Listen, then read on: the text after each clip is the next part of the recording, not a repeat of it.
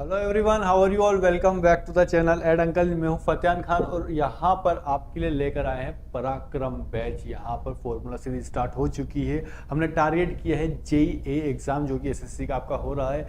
यहाँ पर कुछ ही टाइम बाकी है आपके पास। आप देख सकते हैं यहाँ पर आप अप्रोक्सीमेटली 90 डेज बचे हैं आपके पास और काउंटडाउन स्टार्ट हो चुका है। ऐसे समय पे अगर आपको एक फॉर्मूला बेस्ड क्वेश्चंस करने की प्रैक्टिस हो जाए और उस पर क्या क्या बेस्ट फॉर्मूले आते हैं आपके पास एक कॉन्सेप्ट में, किन किन क्वेश्चंस पर जो फॉर्मूले डिराइव्ड रहते हैं, तो उन सब की अगर आपके पास प्रैक्टिस हो जाए तो इससे अच्छी चीज़ आपके लिए हो ही नहीं सकती। तो इसीलिए हमने पिछले कई ट्रेंडिंग टॉपिक्स देखे। यहाँ पर हमने प्रीवियस ईयर क्वेश्चंस को भी हमने एनालाइज किया और यहाँ पे पता चला कि इस बार न्यूमेरिकल पोर्शन से भी क्वेश्चंस आने के काफ़ी चांसेस है।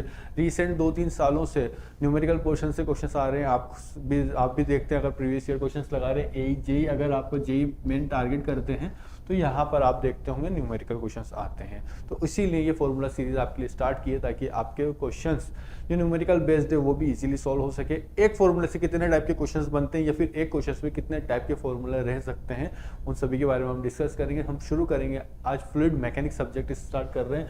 फ्लूइड मैकेनिक्स में हमने यहाँ पर विस्कोसिटी से स्टार्ट करेंगे। विस्कोसिटी से हम स्टार्ट करेंगे। यहाँ पर पूरा हमारा स्टार्ट हो चुका है। विस्कोसिटी हमारा टॉपिक होने वाला है आज। विस्कोसिटी आज का हमारा टॉपिक होगा विस्कोसिटी और हम उसके बारे में देखेंगे कि कितने टाइप की विस्कोसिटी होती है, न्यूटन लॉ ऑफ विस्कोसिटी और पर बेस्ड नंबर ऑफ क्वेश्चंस हम करने वाले हैं। तो चलिए आगे बढ़ते हैं। हम यहाँ पर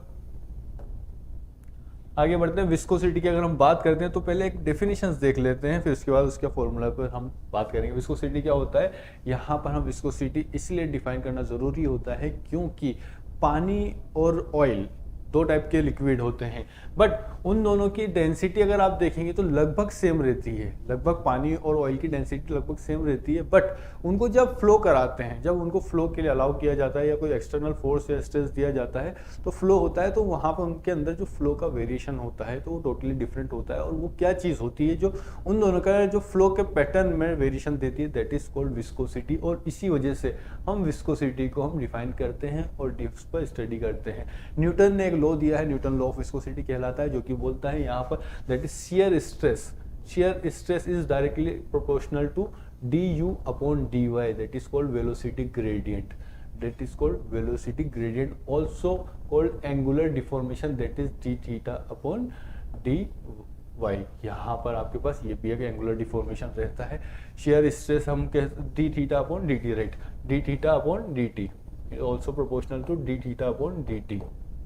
तो अगर यहाँ पे हमने प्रोपोर्शनलिटी साइन को हटा दिया तो एक यहाँ पे प्रोपोर्शनलिटी कांस्टेंट इंट्रोड्यूस होता है, that is coefficient of viscosity, उसको हम म्यू बोलते हैं। तो यहाँ पर आपके पास एक फॉर्मूला बन जाता है, that is shear stress is equals to mu d u upon d y. ये तो हमने पूरा बेसिक बात कर ली है क्या होता है फॉर्मूला। अब इस पर बेस्ड इसकी पहले हम जो कि एक क्वेश्चन आता ही है कि इसका एसआई यूनिट क्या होता है विस्कोसिटी का, तो हम उसके बारे में अगर डिस्कस करते हैं। इसका एसआई यूनिट की हम जो कि इसकी अगर बात करें तो हम इसको डिराइव भी कर सकते हैं और सिंपल इसको याद भी रख सकते हैं। ये होता है न्यूटन सेकंड पर मीटर स्क्वायर।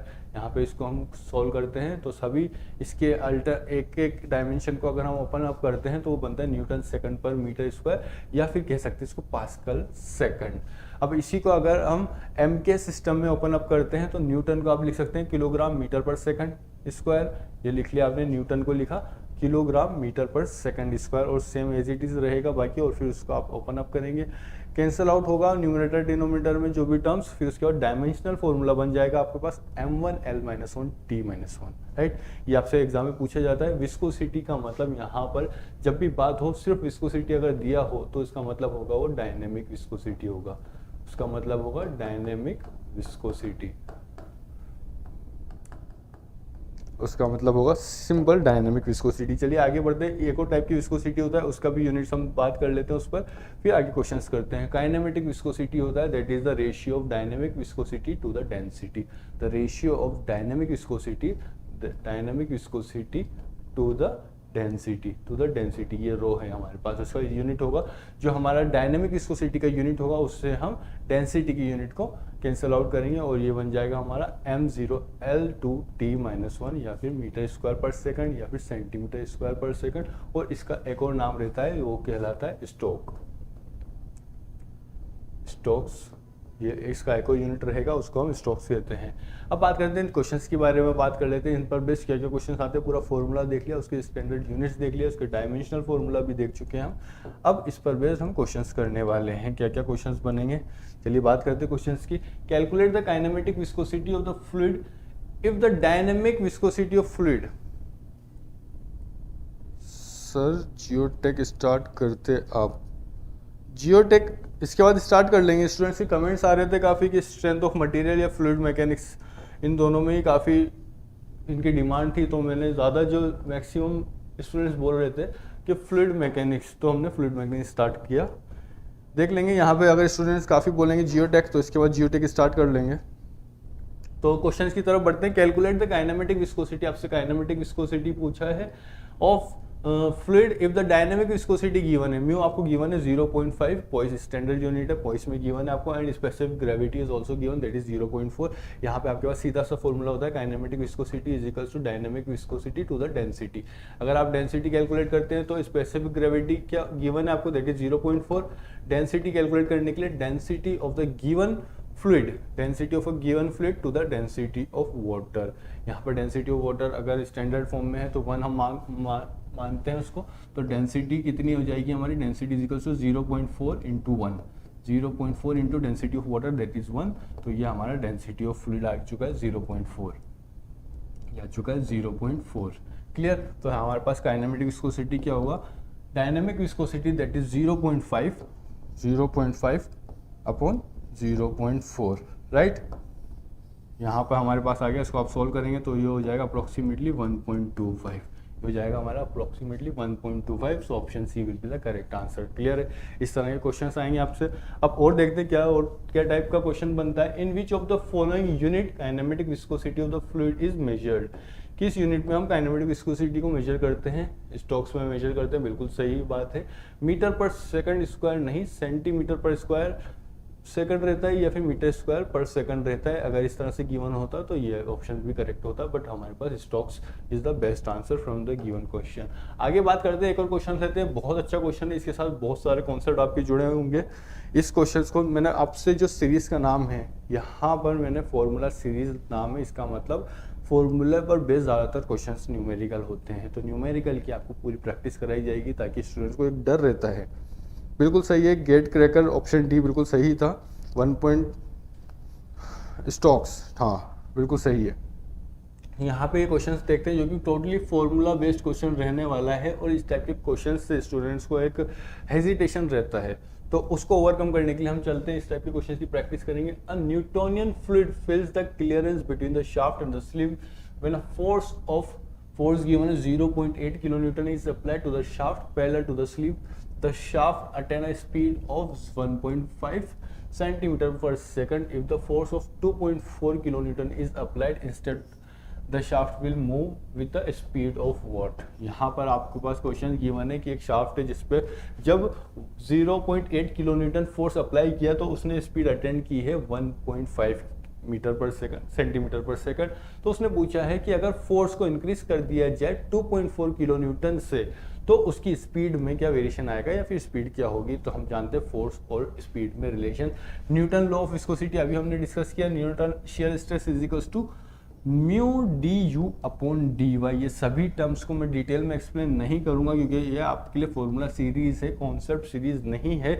यहाँ पर मैं आपको अगर एक लेक्चर सीरीज को आपको अगर चाहिए तो आप एक सीरीज ज्वाइन कर सकते हैं, जो कि आपको डिस्क्रिप्शन में लिंक मिल जाएगा।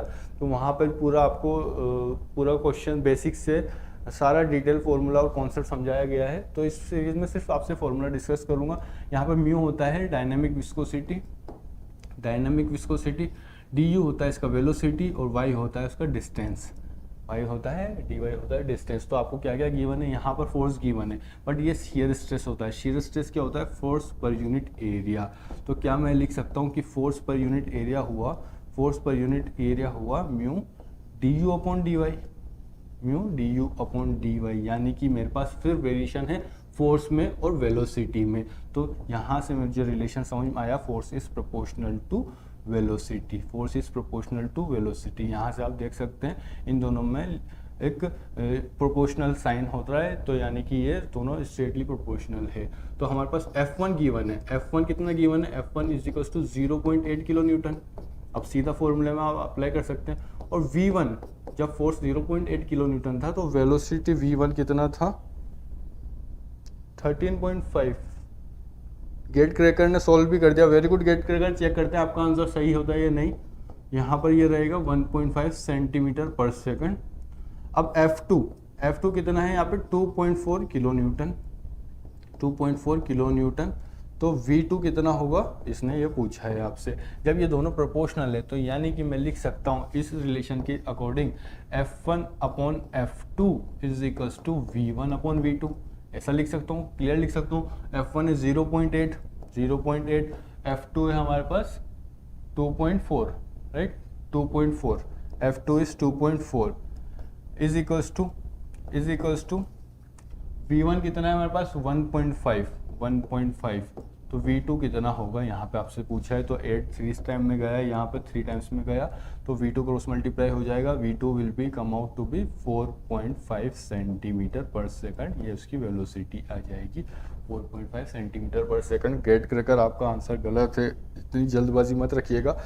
कॉन्सेप्ट को समझिए, फॉर्मूला में क्या रिलेशन गिवन है उस अकॉर्डिंग आप उसके प्रोपोर्शनलिटी साइन हटाकर दो रेशियोज को आप इक्वल कर सकते हैं और वहां से आप कैलकुलेट करेंगे तो ये आंसर आएगा आपका 4.5 सेंटीमीटर पर सेकंड। क्लियर हुआ।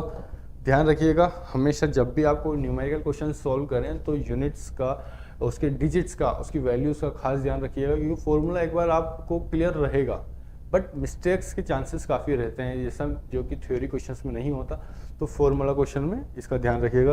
और हाँ, आपको डिस्क्रिप्शन में टेलीग्राम लिंक मिल जाएगा, आप ज्वाइन कर सकते हैं। ऐड अंकल JEE की तैयारी, वहाँ पर जो हम टॉपिक हम पढ़ रहे हैं यहाँ पर उसी पर बेस्ड आपको क्वेश्चंस मिलेंगे। Wish you all the best. आप बने रहिए, अपने दोस्तों के साथ इस चैनल को शेयर कीजिए ताकि वो उनको भी बेनिफिट मिल सके। तो मिलते हैं फिर नेक्स्ट क्लास में। Thank you everyone.